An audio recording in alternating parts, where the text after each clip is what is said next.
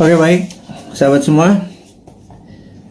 Assalamualaikum warahmatullahi wabarakatuh. Salam sejahtera, salam sehat semuanya, dimanapun sahabat berada saat ini di seluruh wilayah Indonesia, mulai dari Sabang sampai Merauke. Kita tahu Jawa Bali saat ini masih PPKM level 4. Yang tertinggi itu berapa ya? Saya nggak tahu ya. Saya ini diajari begini-begini. Saya agak sedikit gaptek atau kadang-kadang misinformation. Level 4 itu tertinggi atau terendah? Saya kurang tahu, tetapi yang jelas level 4 itu mall belum dibuka kalau nggak salah, dan masih sama seperti yang selama 2 minggu atau 3 minggu terakhir kita mendapatkan di Jawa Bali. Jadi sahabat semua, kita tahu PPKM level 4 ini akan sampai tanggal 2 Agustus, dan hari ini informasinya yang terpapar sampai 45.000, naik lagi kemarin 28 ribuan, sekarang balik lagi ke 45 ribuan yang terpapar, dan ini sungguh sangat berat. Kalau hal ini terjadi, ini feeling saya aja ya, feeling saya sekali lagi, ini bukan sesuatu analisa atau dari data. Feeling saya kalau sampai tanggal 2 Agustus tidak juga turun, masih 30.000 sampai 40.000 yang terpapar, maka tujuannya sahabat semua ya, kita belum berbicara yang lain dulu, kita biar memahami kondisi saat ini. Jadi niat pemerintah mengadakan PPKM yang saya sampai sekarang lupa artinya apa gitu, mohon maaf, ngapunten pisan, ngapunten. Jadi yang jelas adalah kita waktu awal-awal Juli itu kita terpapar 30.000, 40.000, 50.000. Kemudian pemerintah berharap kalau itu turun sampai di bawah 10.000 yang terpapar per hari, maka itu adalah masa PPKM dilepas dan kita kembali berkehidupan sosial seperti biasa, normal gitu ya. Dan ternyata setelah kemarin PPKM itu gagal membawa ke angka 10.000, kemudian diperpanjang lagi, dan sekarang diperpanjang lagi setelah sampai tanggal 25, 26 diperpanjang lagi, sekarang diperpanjang lagi sampai 2 Agustus. Nah, yang diharapkan adalah dengan PPKM itu adalah pergerakan manusia, human movement adalah di bawah 50%. Tapi kalau bisa 70%. Tapi apa daya, faktanya hanya 15%, alias yang 80-an persen masih bergerak seperti biasa. Karena itu tidak ada perubahan yang signifikan, walaupun cukup ketat di sana sini membatasi, tetapi agaknya perut lapar dan kebingungan akan rekening di bank dan kantong menipis itu membuat logika beberapa sahabat kita yang 80% ini nggak bisa diam gitu ya, sangat bisa dimengerti. Dan pemerintah berat sekali kalau masih 15% yang berada di rumah, kemudian dicoba perpanjang lagi, dan faktanya hanya 20%-an yang berada di rumah, alias yang 80%-an masih keluyuran keluar, walaupun makanan, bisnis sudah tidak banyak dibuka lagi. Dan masukan dari beberapa teman yang dulu pada saat di rumah dia pakai Gojek, pakai GoFood, pakai pesan-pesanan online, food online, ternyata rekening bulanannya meledak. Tidak bisa juga dia belanja tiap hari pakai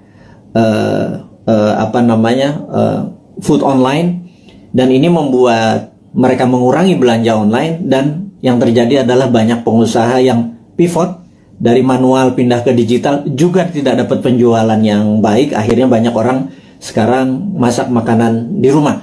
Jadi pebisnis yang tadinya pivot sebentar ternyata tidak survive juga. Itu adalah fakta-fakta yang terjadi. Jadi saya rangkum bahwa yang diharapkan adalah 50% orang berada di rumah, faktanya hanya 15%. Sampai 2 kali perpanjangan PPKM, tidak turun juga sampai di bawah 10.000, masih 40.000 yang terpapar per hari, 45.000 hari ini. Dan kalau begini terus sampai tanggal 2 Agustus, maka kemungkinan besar PPKM ini akan diperpanjang, baik itu di level 4 atau level 3. Cabenya mungkin pedesannya agak berkurang, tetapi kita harus melihat fakta. Sebentar lagi 17 Agustus gitu ya. Di sini masyarakat bergerak lagi. Jadi kalau itu bergerak lagi, masyarakat bergerak lagi, itu tidak pernah turun-turun di bawah 10.000, dan berita buruknya PPKM akan berkepanjangan. Jadi saya pikir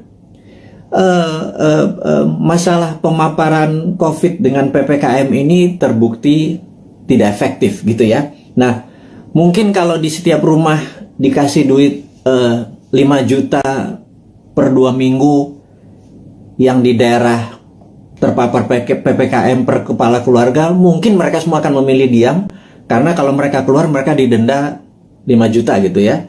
Kalau di dalam rumah dikasih 5 juta, jadi kalau keluar rumah di charge 5 juta. Mungkin orang Indonesia tuh memang mungkin jangan-jangan nggak bisa dipanis atau nggak bisa dihukum. Yang orang Indonesia tuh cocoknya adalah diberi hadiah atau diberi insentif. Jadi ya kepada kepala negara, pejabat saat ini, ya mbok pakai alternatif kedua, jangan dilarang. Kasih aja sudah duit, kasih vitamin gitu ya. Udah lepas aja, jangan-jangan ini pakai herd immunity, mungkin ya, karuan aja. Jadi ya vaksin diteruskan, vitamin dikasih setiap rumah, duit dikasih 5 juta sebulan gitu ya. Mungkin mereka akan manut sama pemerintah dan gagasan-gagasan ini tadi. Oke. Kemudian saya juga ingin mengabarkan bahwa kita mempromosikan yang namanya kibarkan bendera putih jika Anda atau sahabat semua punya masalah keuangan, masalah kesehatan, dan tugas sahabat semua adalah menurunkan bendera putih itu dengan menolong mereka. Jadi bendera putih itu adalah tanda bukan menyerah, bukan kalah. Itu adalah tanda Anda butuh pertolongan gitu ya. Kita bingung kalau bendera kuning nanti di sebagian wilayah dibilang kematian, tapi di daerah Makassar putih malah dibilang kematian. Tapi ini bukan itu masalahnya. Kita hanya ingin memberi signal dari sesama untuk sesama bahwa kalau ada bendera putih naik, tanya dia, tolong dia gitu ya. Tetapi saat ini pemerintah dan partai yang mendukung pemerintah agak sensi gitu ya. Dianggap gerakan bendera putih ini adalah gerakan politik yang menganggap kalau itu banyak bendera putihnya dianggap pemerintah ini tidak perform, dan bendera putih ini gerakannya dicoba diganti dengan memasang bendera merah putih, yaitu pejuang melawan COVID. Ini yang saya sedikit heran, kok sensitif banget sih ya pada saat orang atas nama kemanusiaan bergerak dicap mau berpolitik gitu ya. Enggak lah. Kali ini nih politik nomor 5 kali. Nomor 1 adalah humanitarian atau keselamatan sesama anak bangsa. Kalau pemerintah nggak bisa bantu, kita coba bantu dengan berkontribusi menurunkan bendera putih. Jadi bendera putih sekali lagi bukan gerakan politik. Dan kalau Anda, wahai pejabat, sekarang memutuskan untuk memasang bendera merah putih sebagai bentuk perjuangan terhadap COVID, kita dukung juga gitu ya. Bendera merah putih kita naikkan. Tapi kalau teman kita lapar, kodenya apa? Kalau ditaiknya bendera merah putih kan perjuangan gitu ya. Nah, tapi terlalu politik. Sekali lagi, ini bukan politik. Nggak ada niat untuk kita yang mempromosikan bendera putih ini sebagai gerakan politik. Gerakan bendera putih adalah gerakan sosial. Tidak ada niatan untuk berpolitik. Anda aja yang menjabat. Toh 2024 Anda juga selesai semua jabatannya ya. Dan saya titip ya, tolong utangnya jangan banyak-banyak. Karena kami repot bayarin utang Anda gitu ya. Sekali lagi, kami nggak akan cawe-cawe kok sama Anda ya, tapi pasti kami suruh bayar gitu ya. Dan Anda, ya mbok jangan nambah lagi utangnya gitu ya.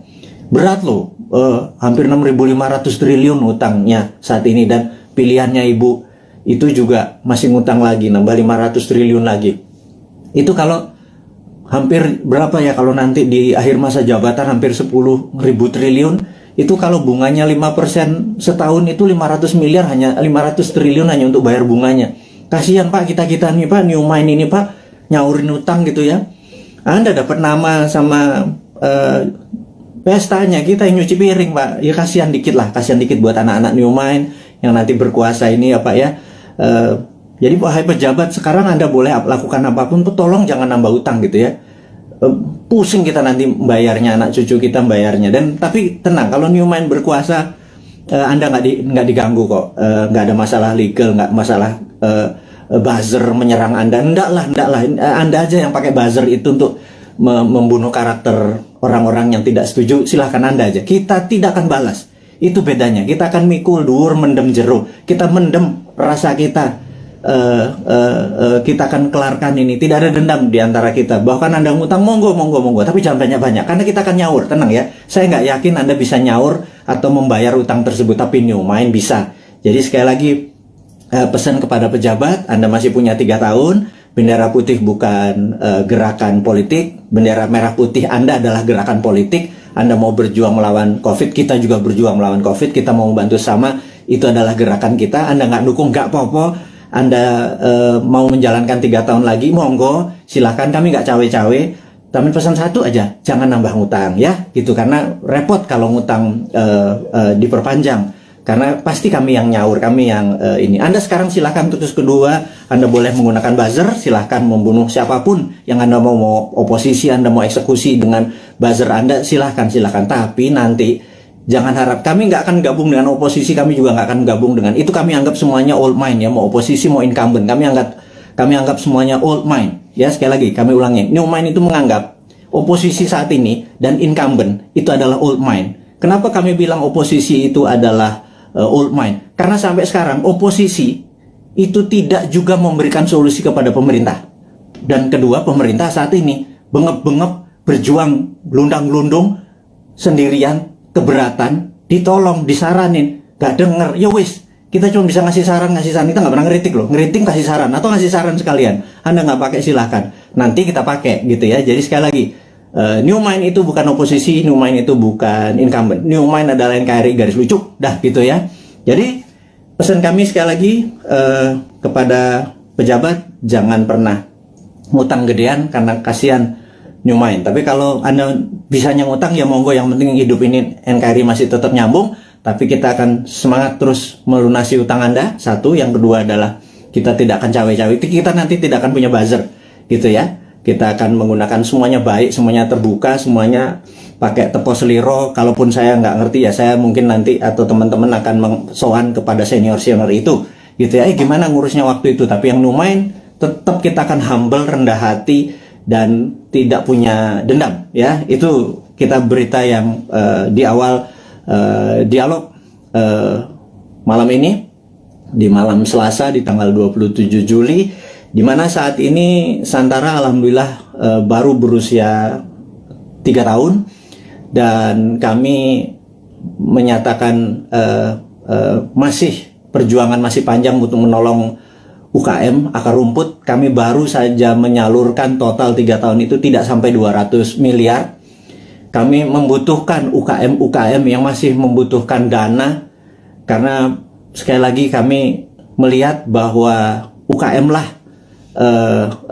bisnis yang survive di masa krisis, yang tetap eksis di masa krisis adalah UKM. Terbukti tahun 98 UKM yang survive, tahun 2008 sewaktu subprime mortgage menimpa dunia, UKM-nya survive, dan tahun ini, tahun COVID, tahun pandemi, itu pun UKM yang bisa survive.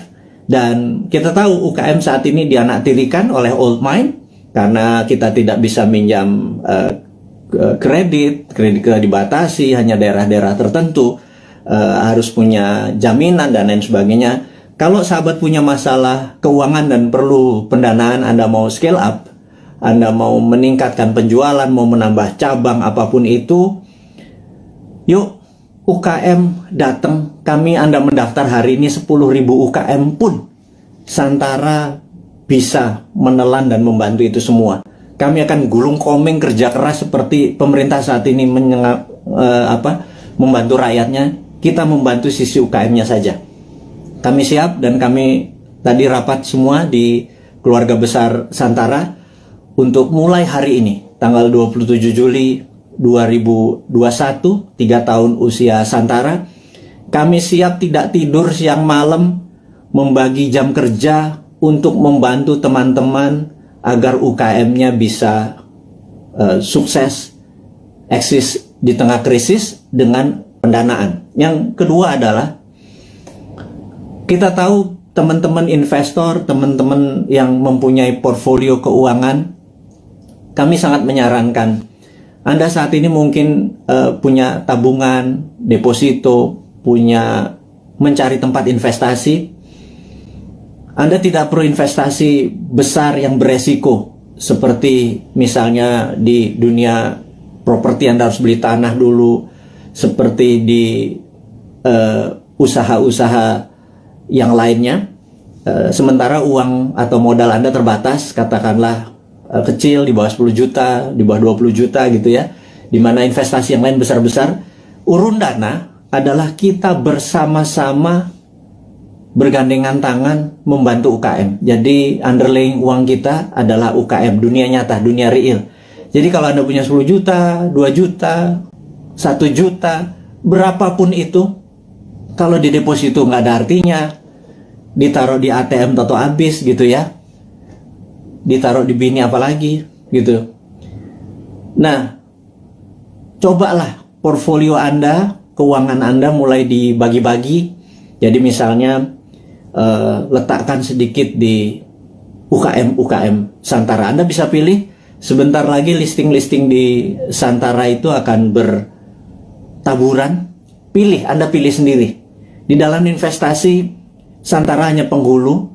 Santara tidak membuat menyarankan ini yang baik, ini yang buruk. Anda sebagai investor lah yang berhak memilih pasangan Anda. Kalau Anda adalah cowok investor, maka UKM adalah ceweknya gitu ya. Cari yang cantik, yang pinter, yang terus belajar gitu ya, untuk jadi pasangan investasi Anda. Jadi saya sangat sarankan kalau Anda berminat menjadi investor di Santara, hubungi nanti di IG-nya Santara, ada nomor investor. Kalau Anda mau invest, Anda nggak usah pikir, wah saya nggak punya duit 100 juta, kita nggak butuh. Sahabat, kita yang butuh adalah uang-uang yang nganggur, yang receh, ketimbang ditaruh di tabungan Anda di celengan babi itu, namanya juga celeng gitu ya. Anda pindahkan aja 1.500.000 uang Anda itu, pindahkan ke UKM. Jadi ada dua hal: satu, Anda bisa dapat dividennya; dua, Anda menolong ekonomi saudara kita sendiri, para UKM. Jadi itulah filosofi Santara dan niat Santara untuk membantu. Dan Santara saat ini kami ingin melaporkan juga bahwa dalam 2-3 tahun ke depan, dan mulai dari ulang tahun yang ketiga ini, kita akan membuat Santara Internasional. Jadi Santara Viet di Vietnam, Santara Thai di Thailand, dan Santara Filipina. Itu 3 negara akan kita buat duluan. Jadi kita ingin Santara ini go internasional. Itu kita udah siapkan, kita udah ada mitranya. Jadi bukan hanya Gojek bisa di Vietnam, Santara pun bisa. Karena Santara punya keunikan, ini adalah equity crowdfunding pertama di Indonesia dan terbesar. Dan kita bercita-cita ingin menjadi yang terbesar di ASEAN atau di regional. Dan ini hanya membuktikan bahwa Indonesia bukan jago kandang. Indonesia di bawah New Mind itu ekspor kita. Buktinya Santara, karena di Vietnam, di Thailand, dan di Filipina tidak ada. Jadi kita go global, company kita dari sana ya dong untuk dong ya. Jadi Vietnam untuk Vietnam, Thailand untuk Thailand. Dia hanya pakai softwarenya kita. Dan mereka sangat antusias sekali. Nah, bayangkan kalau nanti ada 10.000 perusahaan Vietnam listing di Vietnam, tapi di Indonesia cuma 1.000. Yang ada masalah adalah orang Indonesianya. Orang Indonesia akan mikir kali ya. Banyakan mikir, banyakan analisa, kepinteran kali ya, jangan-jangan. Karena itulah saya pikir ke depan, mbok kurangi mikir gitu ya. Berprasangka baik, banyak baca, terus banyak berdiskusi yang sehat. Jangan ngikuti buzzer nggak buat kita pinter gitu ya. Buzzer membuat kita hanya jadi kuda-kuda terus, curiga terus gitu. Jadi sahabat semua, kita lanjut lagi. Santara Go Internasional ini dikawal oleh seorang profesional yang khusus untuk melaksanakan di bidang internasional ini. Dan kami serius sekali untuk membuat Santara menjadi perusahaan regional gitu ya. Kemudian ada lagi yang menarik, Santara adalah satu-satunya yang maaf agak meler ini. Jadi Santara satu-satunya saat ini yang siap dengan secondary. Secondary itu begini. Kalau Anda invest, Anda ingin exit, itu exitnya bisa di secondary. Jadi investasi itu ada dua. Satu dari dividen. di mana Anda dapat benefitnya, dividen. Dua adalah kenaikan dari nilai saham tersebut. Dan kenaikan nilai saham tersebut bisa Anda lepas di mana? Di secondary market. Jadi kalau Anda misalnya saat ini di IDX atau di Bursa Efek Indonesia, Anda membeli saham katakanlah BCA gitu ya, harganya lupa saya sekarang berapa, 30.000 atau 29.000 kali. Begitu Anda membeli, suatu hari harganya menjadi 30.000 atau 31.000, ada untung 1.000-2.000 perak. Anda selain dapat dividen dari BCA, Anda juga bisa exit, dapat 1.000 atau 2.000 rupiah per lembar saham yang Anda beli. Jadi Anda dapat capital gain-nya gitu ya. Nah, capital gain itu eksekusinya ada di secondary market. Jadi kalau Anda sekarang pemain kripto, Anda doge, Anda beli Bitcoin di harga dari langit, misalnya 100 juta, sekarang harganya 101 juta, Anda jualan untung 1 juta. Itu namanya secondary market. Anda melepas secondary market. Nah, sebentar lagi Santara akan meluncurkan secondary market. Izin kita dari OJK sudah lengkap. Jadi bisa dibayangkan saat ini ada 1 juta sahabat kita yang bermain di kripto gitu ya. Uangnya tentunya saham-saham internasional. Koin-koin yang Anda main adalah koin internasional. Jadi uang Anda sebenarnya menguntungkan negara lain. Terus kemudian di Bursa Efek Indonesia juga ada sekitar 1,2 juta investor yang setiap hari ada di floor saham untuk jual beli sahamnya. Dan kita berharap sewaktu Santara secondary-nya dibuka, itu adalah teman-teman yang portfolio keuangannya tadi bermain mengharapkan capital gain, Anda bisa menolong UKM karena yang Anda beli adalah saham UKM. Benar-benar ada sektor realnya, yaitu membantu sahabat UKM di Indonesia. Dan apa yang terjadi kalau di Vietnam, Thailand, dan Filipina kita bisa bersama-sama, ini terlalu mulus kalau kita bilang sekarang ya. Anggap 3-4 tahun lagi lah sampai 2026, 2027. Itu kita akan menjadi the biggest bursa UKM di dunia. Dan ini akan membuktikan bahwa Indonesia sekali lagi bukan jago kandang. Indonesia memang layak 2045 menjadi superpower country. Sekali lagi, Indonesia tahun 2045 layak menjadi superpower country. Sayangnya saat ini ya, sudah 20 tahun kita dipimpin oleh 3 kepala negara. Kita belum juga per hari ini menjadi negara superpower ya. Saya sengaja membuat kata-kata ini untuk semua berpikir, bukan mengkritik, bukan ngeledek, bukan nyinyir, tetapi sebuah realita. 3 tahun kita dengan Ibu Mega, kemudian 10 tahun kita dengan Pak SBY, kemudian ditambah saat ini Pak Jokowi 7 tahun. Jadi total 20 tahun. Pertanyaannya, apakah Indonesia sudah menjadi negara superpower dalam 20 tahun? Jawabannya, kita masih negara pengimpor, kita masih negara penghutang, kita masih bergantung yuan dan dolar. Apakah itu dikatakan negara superpower? Gitu ya. Defisit neraca perdagangan kita sama Tiongkok membesar gitu ya. Produsen kita juga bukan barang-barang yang nilai tambah, tetapi masih bahan baku atau komoditi. Apa yang terjadi? Ini loh yang kita mau tanya. Wahai sahabat semua, yuk kita mikir bersama ya. Kita mikir bersama. 20 tahun kita sudah dipimpin oleh pemimpin besar. Ibu Mega adalah pemimpin wanita yang powerful. Pak SBY gitu ya, juga sangat powerful. 10 tahun dia memimpin. Kemudian Pak Jokowi juga sangat powerful. Sudah 7 tahun dan masih 3 tahun lagi. Total 20 tahun saat ini. Pertanyaannya kita, apakah sudah jadi negara superpower? GDP per kapita waktu Bu Mega itu adalah 1.700. Kemudian sama Pak SBY dibikin sekitar 3.700. Kemudian saat ini Pak Jokowi naik 15% lah. 7 tahun naik 15%. Jadi sekitar 4.000-an gitu ya. Kalau Pak SBY naiknya 220%. Kemudian Bu Mega naik sekitar 15% 3 tahun. Jadi saat ini kita ulangi lagi. Apakah Indonesia menjadi negara superpower selama 20 tahun 3 presiden ini berkuasa? Nah, kemudian di 2024 para calon-calon yang ada itu genre politiknya adalah mirip dengan ketiganya.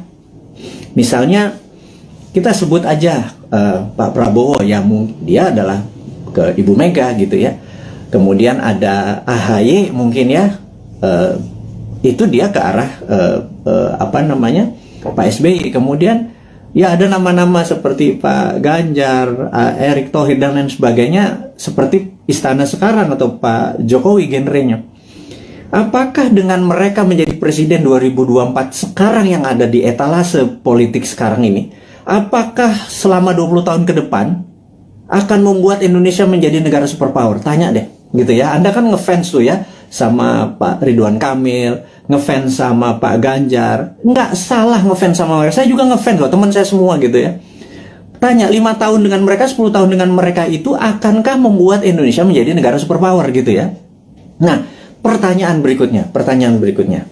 Emang ada negara dalam 20 tahun menjadi negara superpower gitu ya? Itu kan, ini Sontoloyo ngomong doang lu si Bosman ini, emang ada negara dalam 20 tahun menjadi negara superpower? Oke. Saya ini saya pembaca buku cukup gila gitu ya, dan dari video IG live terakhir dan hingga saat ini saya lagi membaca buku Deng Xiaoping the Transformation of China dari Ezra Vogel. Bukunya 700 halaman, saya baru baca 500 halaman. Very powerful sekali Deng Xiaoping ini.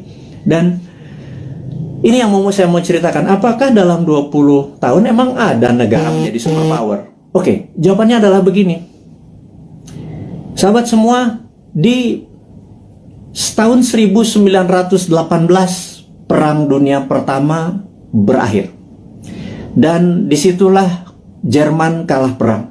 Jerman harus menanggung hutang atau biaya Perang Dunia Pertama yang rusak tadi ke negara pemenang perang. Jadi sudah Jermannya miskin, Jermannya harus membayar kerusakan yang dia buat. Jadi Jerman kalahnya 2. Udah rata tanah di Jermannya, Jerman harus bayar utang.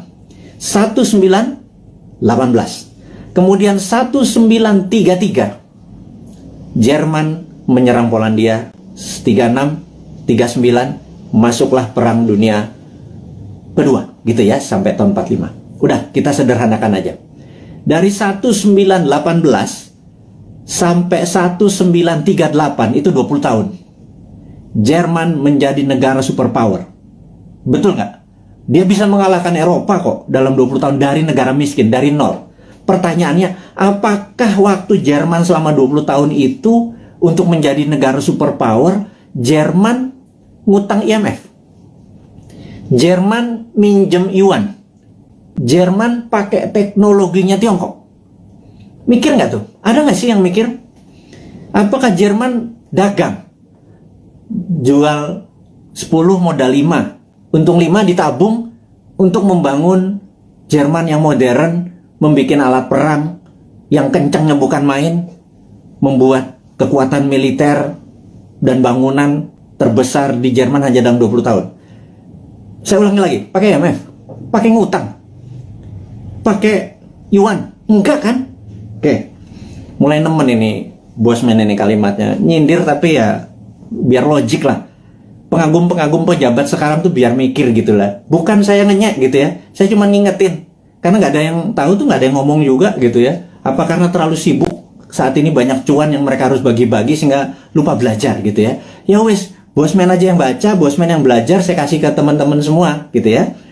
Berikutnya adalah Jepang. 1945 Jepang rata tanah. Jepang rata tanah. Hiroshima Nagasaki itu rata tanah. Pusat perdagangan dia udah nggak produksi lagi. Kemudian 1964, 19 tahun, ada yang namanya Olimpiade Tokyo. Seperti sekarang ini, ada Olimpiade Tokyo. Anda harus nonton. Waduh, itu atletnya model semua itu. Ada Alika Smith, ada Robin dari Kanada, ada yang Jerman. Udahlah, Anda nonton lah. Jangan kebanyakan nonton acara sinetron di Indonesia, itu nggak ada pelajaran apa-apa itu. Sekarang udah sehat, kita semangat nonton lah Olimpiade yang saat ini ada di Tokyo gitu ya. Oke, balik lagi ke selama 19 tahun, kemudian tahun Jepang membangun di tahun 1964 Jepang mengadakan Olimpiade Tokyo, dan itu adalah Olimpiade modern pertama di dunia. Atlet-atlet yang datang ke sana terkagum-kagum, kok bisa Jepang menjadi negara yang sangat maju gitu ya dalam tahun 64 itu. Dan kemudian tahun 80-an alias 20 tahun setelah itu, kita bicara tahun 80-an, ada Sony, ada Toyota, itu menguasai dunia seperti China sekarang. Jadi ternyata bisa tuh menjadi negara superpower dalam 20 tahun gitu ya. Nah, kemudian tahun 79 Tiongkok jangan tanya, Tiongkok rata tanah. Mao Zedong itu merusak semuanya, membakar orang-orang pinter, buku dibakar. Sampai orang yang Mao Zedong tidak sukai berkuasa atau mendapat kesempatan memimpin yang namanya Deng Xiaoping. Deng Xiaoping ini dalam pidatonya sering mengucapkan kata-kata demokrasi, sangat menarik. Demokrasi ini bukan berarti hanya pemilihan langsung, tapi demokrasi ini adalah semua orang yang berprestasi itu boleh mendapat jabatan yang tertinggi. Jadi orang berprestasi bukan karena dia membantu pemenangan terus dijadikan komisaris, bukan ya, bukan seperti itu ya. Jadi benar-benar berdasarkan merit atau prestasi, namanya meritokrasi. Nah, demokrasi ini adalah membebaskan semua orang yang berprestasi untuk menduduki jabatan penting. Nah, Deng Xiaoping memepet Ronald Reagan di tahun 80-an, dan Amerika banyak membantu Deng Xiaoping yang mengatakan dia akan mengikuti apa yang negara demokrasi mau. Ini yang saya bilang dia main tiga kaki. Kemudian dia harus memilih, dia berpihak ke Rusia, Soviet, atau ke Amerika. Dia main dua kaki, ke Soviet sesama komunis, ke Amerika pura-pura ikut demokrasi. Di tahun 1989, Deng Xiaoping menghadapi sebuah dilema yang besar di mana demokrasinya meminta banyak korban, dan disitulah ada dua pilihan: soft power ikut demokrasi atau hard power China mulai berdiri sendiri. Akhirnya Deng memilih pilihan kedua, disikat 10.000 mahasiswa di Tiananmen Square. Dan disitulah muncul Tiananmen Papers. Jadi efeknya adalah seluruh investor keluar dari Tiongkok pada saat itu. China alone, China sendirian. Di tahun 89, para petinggi PKC, Partai Komunis Cina, memutuskan fuck IMF. Nah, kalimat gue ngomong gini gak apa-apa ya. Kemudian dia mengatakan waktu ada Tiananmen, Gorbachev itu ada di Tiongkok. Deng Xiaoping di bukunya bilang Gorbachev goblok katanya gitu. Nah, akhirnya benar, perestroika dan glasnost-nya Gorbachev merubuhkan Uni Soviet gitu ya. Sementara Deng Xiaoping dengan protokol Tiananmen-nya membuat China 89 ya, sendirian, semua ditinggalin sama perusahaan-perusahaan asing. Dia mulai memprinting renminbi dengan yuan dan lain sebagainya, itu udah saya lama ceritakan. Puncaknya adalah tahun 2008 pada saat Olimpiade Beijing. Jadi tahun 1989 sampai 2008 adalah 19 tahun. Oke, kita buletin aja. 20 tahun. China menjadi negara superpower. Sekali lagi, sejak saat itu sampai sekarang 20 tahun kemudian 2013, China punya policy mulai ofensif, mulai menyerang, mulai keluar untuk membuktikan kedikjayaannya dia. Selama 3.000 tahun, Tiongkok adalah negara trader terbesar di dunia. 200 tahun terakhir, Eropa masuk ke Shanghai, ke Beijing, dikasih narkoba, opium, membuat goblok orang-orang Tiongkok, dan membuat Deng Xiaoping bilang, kita harus merebut balik. Kemudian apa yang terjadi 20 tahun setelah tahun 89, tahun 2008 adalah puncak ekonominya Tiongkok, dan sekarang dia terus berjalan. 20 tahun kemudian, dalam 40 tahun, Tiongkok kembali menjadi negara trading terbesar di dunia dan negara kedua terkaya setelah Amerika. Sekali lagi, sahabat semua, ini membuktikan bahwa dalam 20 tahun harusnya Indonesia bisa menjadi negara superpower. Setidaknya road to become superpower country. Nah, 3 tahun Bu Mega, 10 tahun Pak SBY, dan 7 tahun Pak Jokowi, dia sudah do the right thing. Sekali lagi, sudah do the right thing. Ke depan, 20 tahun ke depan, sampai 2045, Indonesia untuk menjadi negara superpower, apakah genre old mind Anda masih mau pakai? Kalau Anda mau pakai ya silakan, karena ini kan demokrasi, gitu ya. Tetapi kalau Anda mau memakai new mind, ini persis seperti apa yang Tiongkok lakukan, seperti Jerman lakukan, seperti Jepang lakukan. New mind punya konsepnya. Monggo, yang menjadi presiden yang Anda sekarang ada di etalase, monggo. Tetapi kalau mau pakai konsepnya new mind, kita sudah lengkap. Inilah sahabat semua, sahabat-sahabat Bosman kaum Sontoloyo dari Republik Sontoloyo ini. Saya minta Anda semua sekarang mempromosikan ini semua. Bukan karena Bosman mau jadi presiden. Enggak, lupakan. Enggak penting. Yang penting kita cuma sejahtera. Untuk sejahtera itu harus punya konsep menjadi negara besar di tahun 2045. Gitu ya. Nah, untuk itu sekali lagi sangat rinci. Gimana caranya? Yaitu contohnya adalah kita tahu UKM saat ini 97% angkatan kerja itu adanya di UKM. Saya ulangi lagi. 97% angkatan kerja itu ada di UKM. Gara-gara pandemi, 9,7 juta sahabat kita menganggur. Karena Pak, UKM yang terpukul. Berikutnya, UKM saat ini belum menjadikan karpet merah difasilitasi oleh pejabat negara. Karena kita belum bisa berdaulat UKM itu. Padahal ada lebih 50 juta UMKM ya, dari mikro, kecil, menengah, yang menghidupi 97% angkatan kerja. Jadi, kalau angkatan kerja ini mau mendapatkan lapangan kerja, bukan perusahaan besar yang dikasih pendanaannya, tetapi perusahaan UKM, gitu ya. Nah, Santara saat ini hadir untuk membuktikan bahwa konsep new mind itu berjalan. Dari kita untuk kita, dari sesama untuk sesama. Ingat, bendera putih adalah dari sesama untuk sesama. Kita nggak perlu IMF, kita nggak perlu Yuan, kita nggak perlu Jepang, kita nggak perlu Amerika, kita nggak perlu Tiongkok. Setuju ya? Dari kita untuk kita, itu bendera putih. UKM juga harusnya dari kita untuk kita. Jadi investor receh masuk 2 juta, 200 ribu, 500 ribu.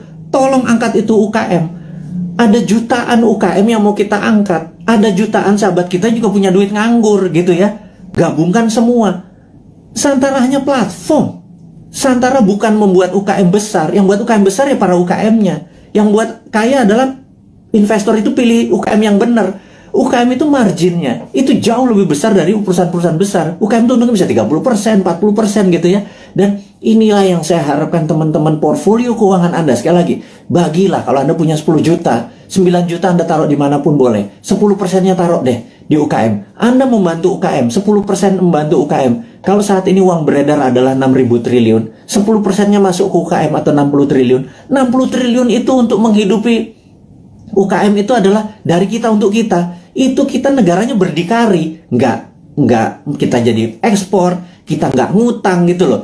Nah, sahabat semua, di ulang tahun Santara ketiga dengan berapi-api si Bosman Sontoloyo ini ngapunten minta izin tanpa niat menyinggung siapapun, tetapi kita mengkritik diri kita sendiri bahwa yuk 20 tahun kita ucapkan terima kasih kepada pemimpin-pemimpin kita yang telah membawa kita ke saat ini, kita masih utuh negaranya, dan ke depan kita harus mempunyai konsep baru. Konsep baru ini adalah yang kita akan lakukan adalah membangun akar rumput, gitu ya. Membangun akar rumput ini adalah bisnis akar rumput kita bantu, adalah investor akar rumput kita bantu. Jadi itu adalah informasi, dan ini terakhir berita internasional. Jadi ada 3 step tadi ya, lokal tentang pandemi, bahwa kita belum melihat pandemi ini akan berakhir sampai habis 17 Agustus sampai Agustus, belum melihat.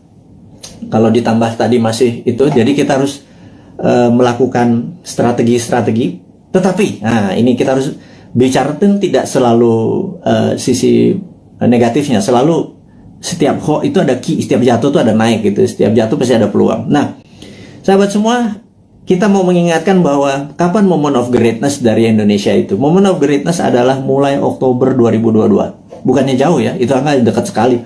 Kenapa? Karena G20 akan diselenggarakan bulan Oktober di 2022. G20 ini adalah government 20 negara akan hadir, di mana saat itu ini adalah moment of greatness dari bangsa Indonesia untuk membuktikan bahwa kita negara yang layak untuk dijadikan tuan rumah. Dan pada saat itu kita harus menyiapkan, sahabat semua, menyiapkan sesuatu untuk momen sebesar ini itu tidak semalam atau 2 malam. Itu menyiapkannya dari sekarang ini. Jadi peluangnya besar sekali. Dan kita mau minta deal dengan dengan Pak BUMN, Pak Erik, dengan Pak Sandiaga Uno untuk acara G20 itu 80%-nya adalah UKM yang memberikan kontribusi bantuannya gitu ya. Nanti kita akan deal bersama-sama nih. Kemudian ada berita internasional sekarang. Kita mau duluan. Nomor 1 adalah kita menginformasikan bahwa kemungkinan besar Biden akan resign. Nah ini Bosman nih kalau ngasih informasi ini rada-rada langitan sedikit. Bukan apa-apa. Karena berbisnis, bernegara, itu kita bukan hanya menyadari kekuatan politik lokal atau minat dari lokal, bahwa kekuatan asing itu patut dipertimbangkan, gitu ya. Dan kita tahu cara berpolitik 7 tahun terakhir ini kental politik lokal, gitu ya. Tidak peduli sama politik luar negeri. Bahwa misalnya kita sangat miring ke Tiongkok gitu ya. Seakan-akan di dunia ini negara cuma Indonesia dan Tiongkok gitu. 190 negara lain itu nggak kenal tuh. Emang ada negara Nauru ya. Emang ada Solomon Island ya. Emang ada negara Sri Lanka ya, gitu ya. Ini saya suka heran gitu ya, kok negara Tiongkok apa-apa Tiongkok gitu ya. Nah, kita cuma mengingatkan itu kan old mind, cuma satu negara yang ada di kepala mereka. Kalau new mind negara itu 190 negara gitu ya. Nah, kita harus melihat bahwa kemungkinan besar Biden akan resign. Hanya sekedar mengingat bahwa kita tahu Trump waktu kalah itu ada yang mengatakan 4 negara bagiannya direkayasa, dan pada saat malam sebelum pelantikan Biden melakukan lobby, dan ini saya ceritakan kepada sahabat semua ke Pentagon. Dan Pentagon agaknya mempunyai limit terhadap Biden karena dia dianggap lemah dan Amerika tidak bisa menang perang lawan Tiongkok kecuali Biden dilengserkan dengan alasan kesehatan. Ya, ini sekali lagi. Kemudian naiklah Kamala Harris, dan ini kuncinya, siapa yang jadi wakil presidennya Kamala Harris, that's the key. Saya nggak bisa kasih tahu sekarang karena saya emang nggak tahu. Tetapi ini harus menjadi perhatian sahabat semua, jadi bahan renungan bahwa oh iya, bernegara itu ada negara besar gitu ya. Karena dolar saat ini menguasai 65% transaksi dunia, dan itu namanya Amerika. Yuan saat ini cuma 1%-an yang namanya Tiongkok gitu ya. Terus kenapa transaksinya pakai yuan, kita juga nggak ngerti kadang-kadang. Terlalu pintar mungkin ya, karena banyak prestasi. Jadi kita yang nggak nyampe ilmunya. Oke, kemudian kita mau mengingatkan adalah begitu Biden nanti resign atas nama kesehatan, maka di sini Tiongkok yang mulai ketar-ketir. Jadi Tiongkok memang waktu kemarin PKC, Partai Komunis Cina, merayakan ulang tahun ke-100, Xi Jinping dengan retorik, dengan pidato yang orasi luar biasa, mengatakan bahwa akan memenggal kepala negara yang membuli Tiongkok. Dan ini kata-katanya sangat ofensif gitu ya. Jangan-jangan kalau gue yang jadi presiden udah dipenggal duluan sama dia, karena gue ngebully terus dia kan, gitu ya. Ngebully sebenarnya bukan anti Tiongkok. Kita akan terus bermitra dengan siapapun. Kita akan tiru bagaimana Tiongkok jadi besar, tetapi kita bukan negara yang dirugikan. Buktinya saat ini trading kita dengan Tiongkok adalah Tiongkok yang surplus, kita yang defisit. Jadi kita kalau menjadi presiden nanti, kaum Newman bilang kita harus impas dong. Jangan lo yang positif, kita juga harus positif atau impas. Jangan kita yang defisit gitu ya. Tapi itu perlu strong lobbyist gitu ya. Bukan yang mimpin lobbynya adalah diplomatik NKRI garis lurus, bukan trader gitu. Kalau trader ya negara untung rugi nggak peduli, yang penting kantong gue tebel gitu kan. Nah itu ya. Ya itulah, siapa yang masih memuja-muja orang-orang itu, Anda harus ingatkan. Suatu hari Anda tidak menjabat gitu ya. Nah, tapi ingat, kita bukan tipe balas dendam. Gitu aja bedanya New Mind. Kemudian kalau kedua, Xi Jinping mengatakan bahwa dia akan melakukan aneksasi Taiwan, Hong Kong dan Macau. Kemudian dia juga menyiapkan 100 silo dengan hulu ledak nuklir. Silo adalah tempat peluncuran roket berkepala nuklir. Ini menunjukkan Cina benar-benar ready untuk war. Nah, pertanyaannya, apakah akan terjadi war physical? Di sini kita mau mengingatkan bahwa sewaktu kita melihat dari sisi Amerika, apakah Amerika akan melakukan naval war? Karena perang China sama Amerika battlefieldnya atau tempat perangnya adalah Laut Cina Selatan. Karena perangnya laut, maka perangnya naval. Naval itu adalah perang kapal. Jadi kapal Amerika mungkin mepet sampai China, Tiongkok sisi barat, sisi timur. Kemudian sebelum mepet tersebut, roket-roketnya Tiongkok langsung mukulin kapal di navinya kapalnya Amerika. Tapi kayaknya nggak mungkin, karena itu tidak berefek kepada mainlandnya Amerika. Dan perang di laut itu mahal, gitu ya. Perang di laut itu mahal. Jadi sahabat semua, apa yang dilakukan kalau perang ini terjadi? Perangnya ada dua, yang kita sebut ini perang baru. Perang baru, saya baru baca bukunya soalnya. Saya ini kaget-kaget dengan istilah baru. Saya nggak yakin para pejabat sekarang sempat baca. Jadi ya udah kita ajarin aja mereka dengan ini, namanya invisible war atau perang yang tidak terlihat. Perang tidak terlihat ini ada dua. Nomor satu, kita tahu bahwa Amerika punya angkatan ke-6 yang namanya Space Army, ya. Angkatan ke-6 Space Army Amerika ini yang perangnya nanti perang bintang atau Space War, karena dia punya orbit tertinggi. Jadi orbit posisi satelit, posisi orbit satelit Amerika itu di orbit tertinggi, karena posisi dia di atas dari 1000 satelit Cina. Kita tahu di dunia ini ada sekitar 20.000 satelit. 60% adalah milik Amerika. Cina cuma 1000. Itu ditembakin semua satelitnya dari pakai laser magnetic beam yang Amerika saat ini punya. Itu pasti China shutdown itu, gitu ya. Kemudian kita mau mengingatkan lagi, invisible war kedua adalah pandemi, gitu ya. Jadi dihajar dengan pandemi di sisi bawah, di atas, di yang tidak kelihatan juga di sisi battle space, perang udara. Nah, teman-teman, apapun yang terjadi perang antara gajah, dua gajah itu jangan pelanduk mati di tengahnya, jangan Indonesia mati di tengahnya. Karena itu kita selalu menantang old mind ini. Punya plan B nggak? Gitu ya. Sekali lagi, punya plan B nggak kalau benar-benar ini terjadi? Karena kapanpun bisa terjadi. Anggap tidak terjadi, tapi kan plan B tetap harus punya, gitu ya. Gitu. Misalnya kita tanya lagi, kalau vaksin yang 150 juta sudah divaksinin semua warga Indonesia, tetapi tetap aja COVID tetap merajalela, punya plan B nggak? Gitu ya. Nah, kalau nggak punya plan B, ini bernegara model apa sih kalian itu, gitu ya? Nggak ngerti geopolitik luar negeri, nggak ngerti pandemi, bahwa itu adalah war tool, strateginya adalah gagap, gitu ya. Kita sekali lagi, ini bukan mengkritik, ini mengingatkan bahwa kesadaran bernegara dari kaum New Mind itu tinggi. Kita ini patriotis semua nih, kaum New Mind ini.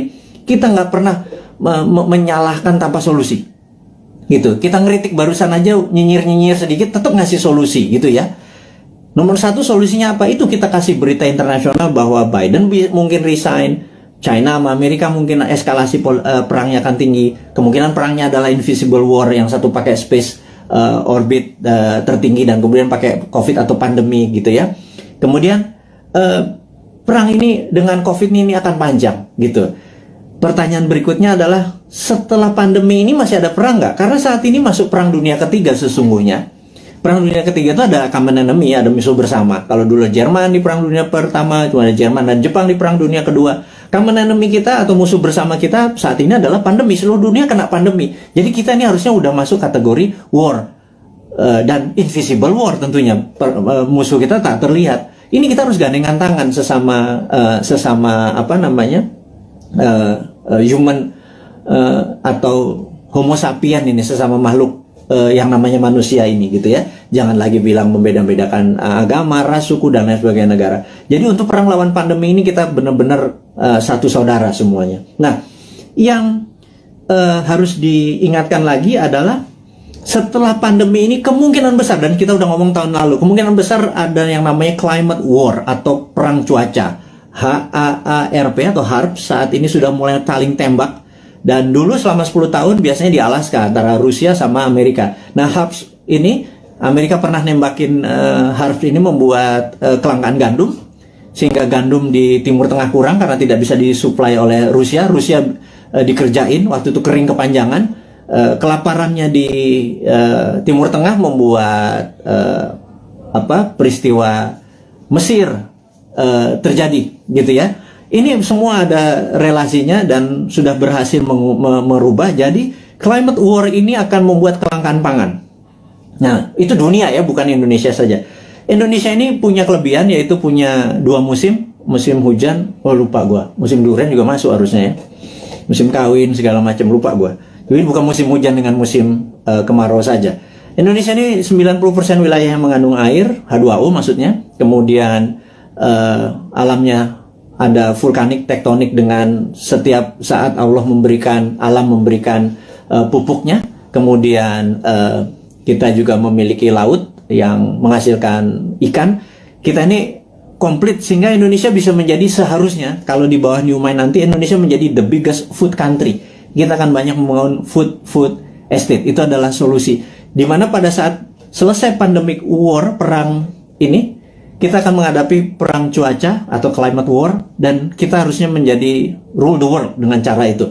Jadi 2045 Indonesia benar-benar menjadi negara superpower gitu ya. Itu kita kasih bocoran-bocoran seperti ini terus untuk mengingatkan bahwa udahlah 20 tahun ke depan bisa Indonesia menjadi superpower, tetapi tidak bisa dengan cara old mind, dengan cara new mind. Ini loh konsepnya new mind. Kita berikan papersnya, kita berikan konsepnya, kita berikan orang-orangnya juga. Kalau Anda nggak, ini kita sepaket kok. Kita sering diskusi, kita banyak, ada sekitar 50-an sahabat-sahabat Bosman, berapa profesor segala macam. Terus saya bukan sendirian. Mana mungkin sih saya bisa buat video setiap hari segitu banyak, dan ilmunya adalah ilmu terupdate.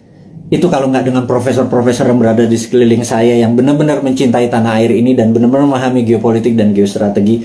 Itulah para kontributor yang terus membuat New Mind selama 3 tahun ke depan menjadi pintar.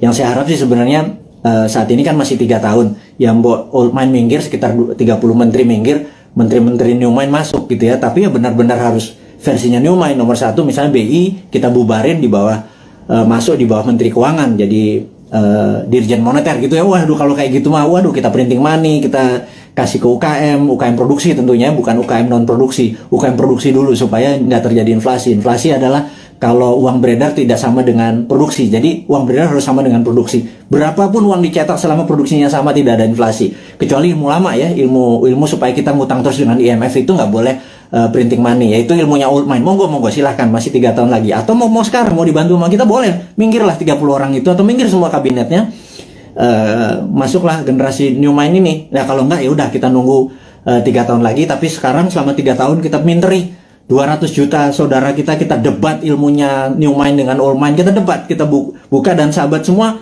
Anda adalah pahlawan-pahlawan 4.600 ini orang yang mendengarkan Bosman saat ini. Anda adalah orang-orang yang luar biasa yang punya ilmu ini, yang saya yakin Anda berdebat dengan siapapun, Anda udah punya basic ilmunya yang luar biasa. Nah, terakhir saat ini informasinya sahabat semua, entah bagaimana di YouTube itu banyak sekali cerita tentang Satrio Piningit gitu ya. Ini saya mau meluruskan lagi. Satrio Piningit adalah dulu Jayabaya menyatakan pada saat ada goro-goro dan Corona ini dianggap goro-goro yang meruntuh lantakan dunia, ini akan muncul Satrio Piningit atau Satrio yang dipingit gitu ya, dipingit, diumpetin gitu ya. Dan ada yang mengatakan Bosman ini video-videonya dia keluar tapi orangnya nggak keluar. Ini jangan-jangan Satrio Piningit. Saya bilang ini kurang ajar ini. Saya bilang jangan pernah menyebut Satrio Piningit itu Bosman. Nggak ada urusan, sekali lagi. Saya nggak pengen disamakan karena niat saya bukan begitu gitu ya. Terus ada yang bilang bahwa Pak Soekarno itu Jawa Timur atau Majapahitan, Pak Harto Jawa Tengah atau Mataraman gitu ya. Kemudian Pak SBY adalah Jawa Timuran, Majapahitan, Pak Jokowi Jawa Tengah, Mataram. Sekarang sudah masanya balik lagi ke Jawa Timur, Majapahitan, Bosman, arek Jawa Timur, terus cocok Majapahitan. Saya bilang lo gila, lo analisa kayak gitu jangan ya. Tolong hal-hal seperti begini jangan diucapkan karena itu nggak penting gitu ya. Memang itu folklore atau cerita rakyat. Oktober 2022, yuk kita bareng-bareng membantu UKM.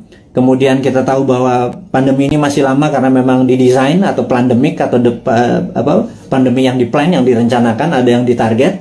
Kita terus menjaga kesehatan, dan kepada tenaga medis, tenaga kesehatan, kami semua di belakang Anda, jangan pernah menyerah. Terima kasih Anda sudah memberikan hati Anda, tenaga Anda. Saya dan kami cuma bisa mendoakan bahwa terbaik buat Anda, keselamatan buat keluarga Anda, terus menjaga kesehatan. Dan kepada sahabat semua di Indonesia dan dimanapun Anda berada, kaum NKRI Garis Lucu ini, teruslah mendoakan kita supaya menjadi yang terbaik, saling membantu sesama. Khairul kalam, saya ucapkan terima kasih. Wassalamualaikum warahmatullahi wabarakatuh.